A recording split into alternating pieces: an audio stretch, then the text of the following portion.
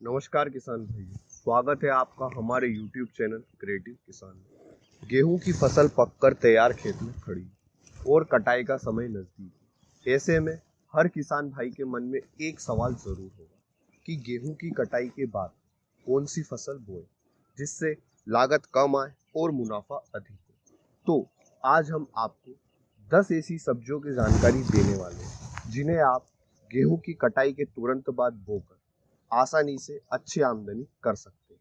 हमने सब्जियों की फसलों को इसलिए चुना है क्योंकि गर्मी के सीजन में सब्जियों का भाव हमेशा ज़्यादा होता है। किसान भाइयों, हम एक टाइम पर खेत में एक सब्जी बोने के बजाय मिक्स्ड फार्मिंग का उपयोग करेंगे। मिक्स्ड फार्मिंग, जिसे हिंदी में मिश्रित खेती भी कहते हैं। अब मिक्स्ड फार्मिंग के तहत हमें कैसे इन सब्जियों की बुवाई को मैनेज कर रहे हैं, इस पर हम वीडियो में आगे बात करेंगे, तो वीडियो को अंत तक ज़रूर देखें। मैंने इन 10 सब्जियों को 5 ग्रुप में डिवाइड किया है और प्रत्येक ग्रुप में 2 फसलों को चुना है, जिसमें एक फसल दूसरी की सहायक रहेगी। इस तरह के सेटअप में हमें पानी, खाद, उर्वरक और हमारे समय की बचत होती है। साथ ही साथ हम अपने खेत का 100% यूटिलाइजेशन कर सकते हैं। तो बिना समय नष्ट किए आते हैं हमारे पहले ग्रुप पर, ग्रुप ए।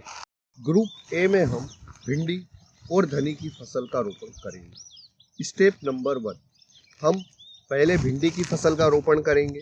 उसके बाद स्टेप नंबर 2, जब हमारी भिंडी की फसल 25 से 30 दिन की हो जाए, उसके बाद हमें धनी की फसल का रोपण करना है। हमने भिंडी की फसल के साथ धनी की फसल को इसलिए चुना है क्योंकि हमें भिंडी की फसल में भिंडी के फल 2 से 3 फीट की हाइट पर मिलेंगे। वहीं धनी को हम 1 से 1.5 फीट पर काट सकते हैं। साथ ही साथ धनी की फसल को गर्मी में भिंडी के कारण पर्याप्त नमी और छांव मिलेगी, जिससे तपती गर्मी में भी हमारी धनी की फसल खराब नहीं होगी। ग्रुप बी, मेथी और खीरा। आप पालक और गिलकी भी बो सकते हैं। इस ग्रुप की फसल का रोपण करने के बाद हमें खेत की तैयारी कुछ इस तरह से करनी है। बड़ी क्यारी में हमें मेथी की फसल बोना है और छोटी क्यारी में ककड़ी की फसल। इस तरह के सेटअप में हम दोनों फसलों को एक साथ बो सकते हैं। अगर आप दोनों फसलों को एक साथ बोना चाहते हैं तो आपको एक बात का ध्यान रखना पड़ेगा। पहले हम मेथी की फसल का रोपण करेंगे। जब हमारी मेथी की फसल 15 से 20 दिन की हो जाएगी, तब हम ककड़ी के बीज का रोपण करेंगे। इस तरह हम 2 से 3 महीनों में दोनों फसलों से उत्पादन ले सकेंगे। अगर हम इन दोनों फसलों को अलग अलग बोते तो हमें समय लगता 4 से 5 मंथ और अब समय लगेगा 3 मंथ। इस तरह हमने अपने 2 महीने सेव किए और एक साथ इन दोनों फसलों से उत्पादन भी लिया। ग्रुप सी, चुकंदर और बैंगन। हम अपने खेत में चुकंदर और बैंगन की रोपाई एक साथ कर सकते हैं, क्योंकि हमें चुकंदर के फल जमीन के नीचे मिलते हैं और वहीं बैंगन के फल जमीन के ऊपर। इस तरह हम अपने खेत का 100% यूटिलाइजेशन करते हैं। ग्रुप डी, टमाटर और सेम। इस ग्रुप में हम पहले टमाटर की फसल का रोपण खेत में करेंगे और खेत की मेड़ के चारों तरफ सेम की फसल। टमाटर और सेम दोनों ही फसलों का गर्मी के सीजन में मंडी में भाव हमेशा ज़्यादा रहता है।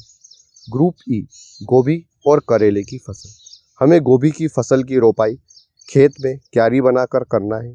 अब हमें क्यारियों की पाली पर बांसों को लगाना है। हमें बांस के पास करेले के बीज की रोपाई करना है। फिर 2 बांसों को धागे या तार की सहायता से आपस में बांधना है। इन तारों पर करेले की बेल को चढ़ाना है। इस तरह करेले की बेल की छांव से गोभी की फसल को अधिक गर्मी से नुकसान नहीं होगा और हम एक साथ दोनों फसलों से उत्पादन ले सकते हैं। भाइयों, अगर आपके पास में 2 या 2.5 एकड़ जमीन है तो मेरी आप लोगों को यही सलाह है कि आप आधे आधे एकड़ में इन 5 ग्रुप की सब्जियों को लगाएं। हमें अपने परंपरागत खेती के तरीकों को छोड़कर कुछ ना कुछ क्रिएटिव करते रहें और एक क्रिएटिव किसान बने। अगर आपको वीडियो में दी गई जानकारी अच्छी लगी है तो वीडियो को लाइक और शेयर करें और अभी तक हमारे चैनल को सब्सक्राइब नहीं किया है तो इसे सब्सक्राइब करें। अगर आपकी वीडियो से रिलेटेड कोई भी सवाल है तो हमें कमेंट सेक्शन में ज़रूर पूछें। हम हमारे हर किसान भाई की कमेंट पढ़ते हैं और कोशिश करते हैं कि उन्हें उनके सवालों के जवाब मिले। धन्यवाद किसान भाइयों। जय जवान जय किसान।